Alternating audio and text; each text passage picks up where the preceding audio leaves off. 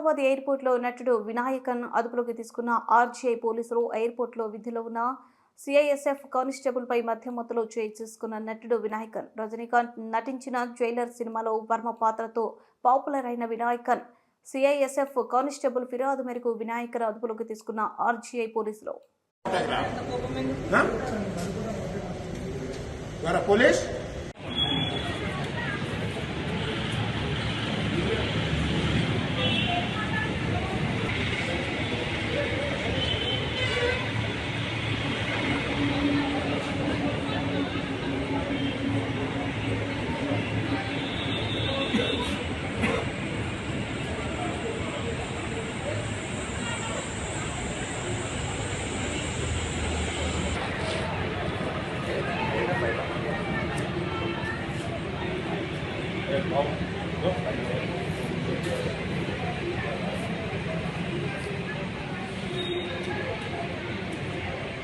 సాయంత్రం 6 గంటల సమయంలో సిఐఎస్ఎఫ్ ఇన్స్పెక్టర్ నాకు కంప్లైంట్ ఇవ్వడం జరిగింది.